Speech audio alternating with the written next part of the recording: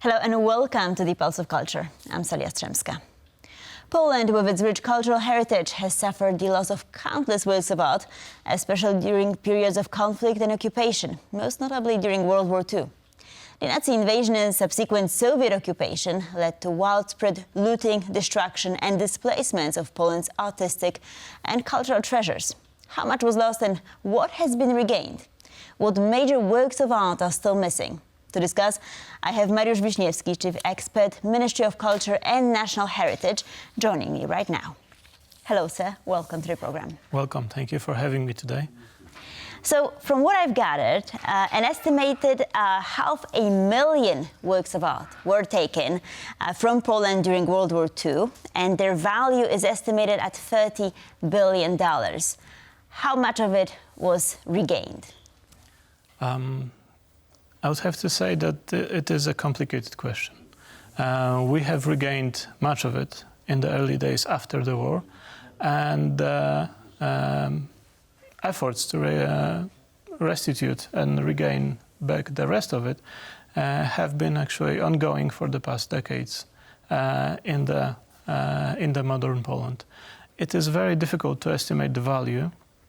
It is difficult also to estimate the correct number of the objects lost, and this number is certainly larger than 500,000, although I would be very reluctant to actually speculate of how many exactly. This is a very, very difficult subject, and how much is it worth exactly? It is priceless to us and to our heritage.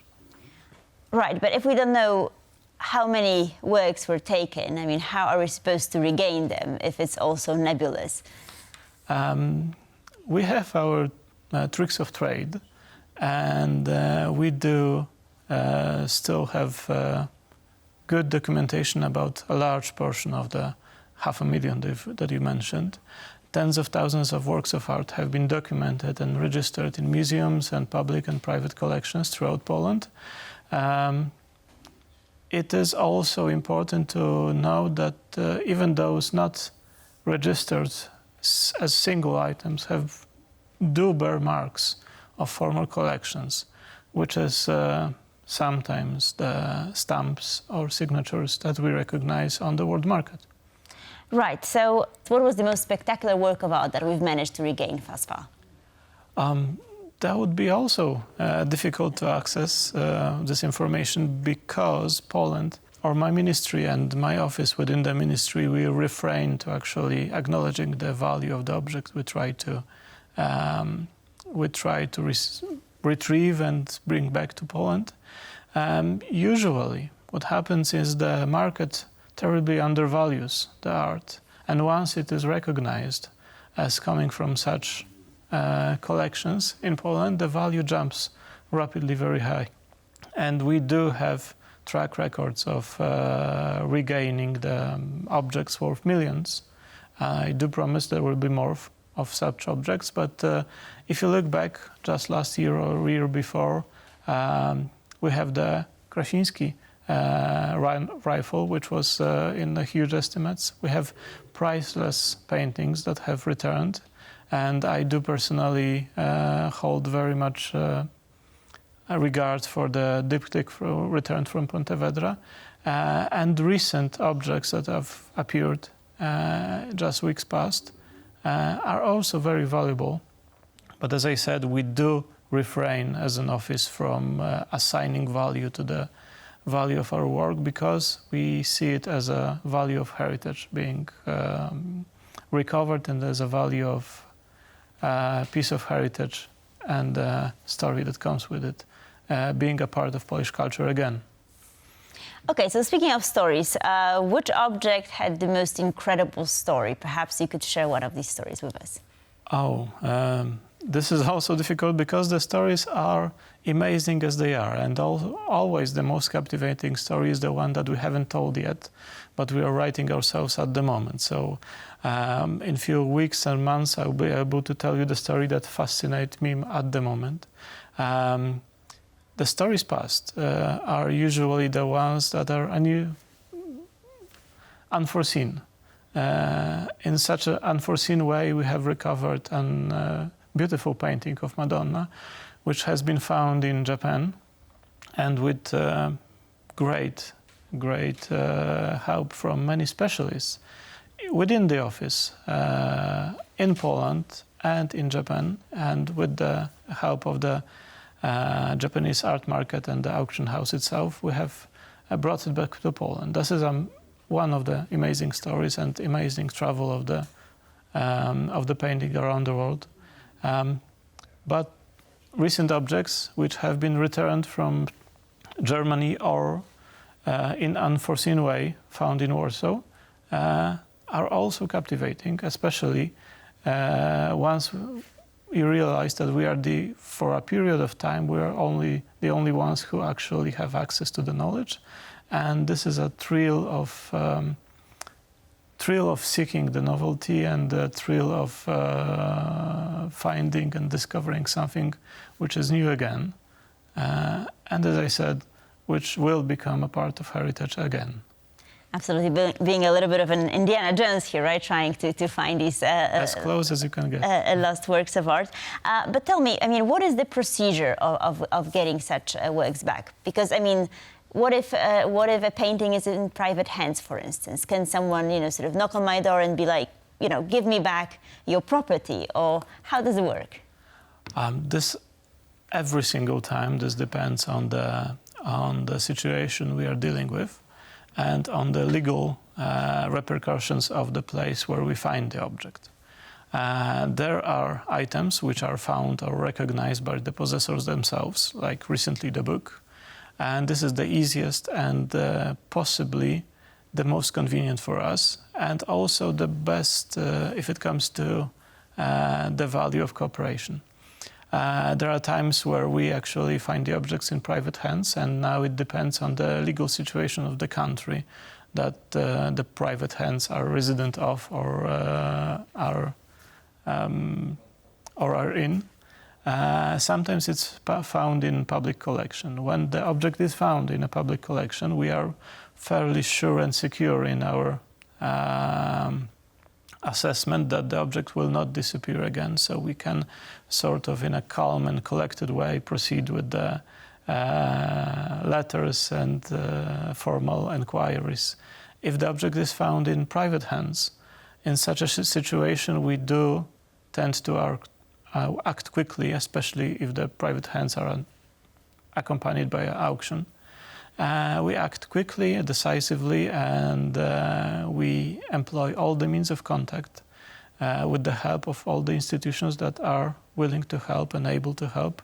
That involves other ministries in Poland, police and border guard or national administration. If it is in Poland, then that plays a part. If it is abroad, then we employ our contacts and cooperation in that particular country or worldwide organizations.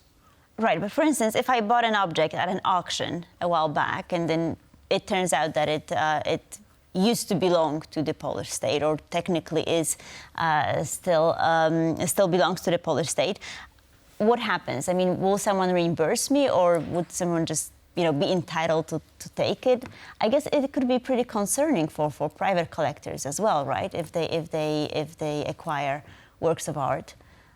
That is always a matter of concern, and we are very, very much aware of that. So the very first step is the invitation to a polite conversation and negotiations, because what our office is actually putting emphasis on is the cooperation. And the cooperation we are the most proud of. Nobody wants actually go into the legal proceedings or into the courts, and we very much value the close contact with the possessor and with the other side, as you can or might call it.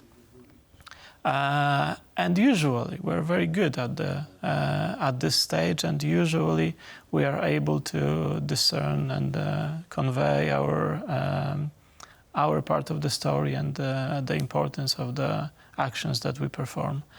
And these actions comply with the European and worldwide legislation and trends, so it is not unheard of in other countries to to cooperate to the fullest extent and be proud of that cooperation. That is very important to us. So what about authenticity? Did you ever encounter a work of art that was not authentic and you thought it was, or perhaps Polish state tried to get it back and then it turned out that it was a fake? This is a difficult question, because the office is looking at authenticity in a particular way. We are always very careful to discover whether the object in question, or whether being it a painting or a book or a sculpture, whether this is the very same that has been lost. So we are researching the authenticity in this manner, and to that end, to make sure that the object is certainly the same one. We are not checking the authenticity for the author or for the sculptor or for the painter, since if Polish collection in 1928 or 1815 or 1421 bought or acquired a painting which proved to not be authentic at that time, or even proved to change the signature or the appraisal, then this is not a concern for us. We are not searching for the Titian painting, but we are searching for the same painting, whether this is Rubens or the follower or the school of Rubens. We are searching for the very same object, and this is the most important part. And we have tools to actually prove that to a degree before we see the object. Then the next step is to actually examine the object itself, and then the conversation follows. So one last question. If you can, perhaps, name one word of art that is still on your to regain list, a holy grail, so to speak, what would that be? There are many. There are too many to actually name one. The actual symbol of lost works of art in Poland is the painting of a youth by Raffaello Santi. And this certainly is amazing success to find this one. And we are certain and sure to actually come across it sooner or later, hopefully sooner.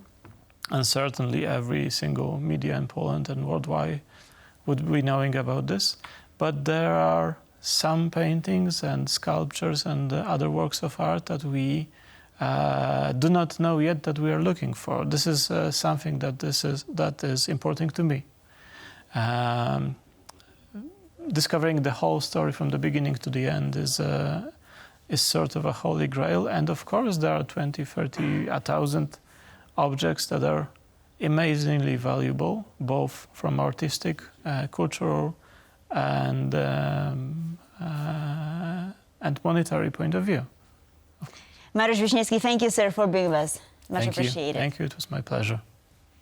And thank you for watching Pulse of Culture. Please stay tuned for more here on TVP World.